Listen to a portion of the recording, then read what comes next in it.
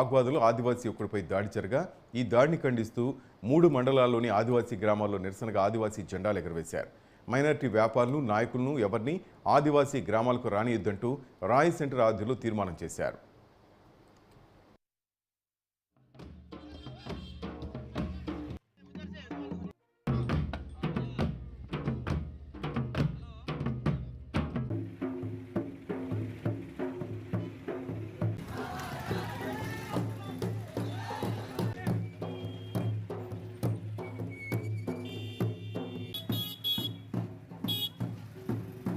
Parliament ఎన్నికల రోజు జైనూర్ గ్రామ పంచాయతీలో ఏదైతే గిరిజనేతరులు ముస్లింలు ఉన్నారో ఆదివాసులపై ముక్కుమూడిగా దాడి చేశారు. దాన్ని మేము తీవ్రంగా ఖండిస్తున్నాం.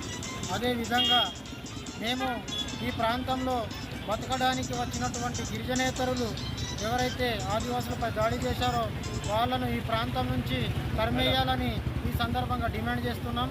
ఇంకొక విషయం, మేము ఇక్కడ పేసా చట్టం 170 చట్టాలు ఉన్నాయి, చాలా పకడ్బందీగా చట్టాలు ఉన్నా మా ఆదివాసులు పోనీరా మాతో పాటు అందరూ బతకాలన్న ఒక ఉద్దేశంతో అందరినీ ఈ ప్రాంతంలో బతకడానికి అవకాశం ఇస్తే ఇవాళ మా భూములను కబ్జాలు చేస్తూ మా ఆడపిల్లలను కబ్జాలు చేస్తూ ఇవాళ యావత్ ఆదివాసుల మీద దాడులు చేయడానికి కూడా సిద్ధంగా ఉన్నారు ముస్లింలు. అంటే మేము తీవ్రంగా దీన్ని ఖండిస్తున్నాం. ఇంకొక విషయం తెలియజేస్తున్నాం ముస్లింలకు కానీ ఇక్కడ ఉన్నటువంటి గిరిజనేతరులకు, మీరు మా సహనాన్ని చేతకానితనంగా మీరు భావించవద్దు.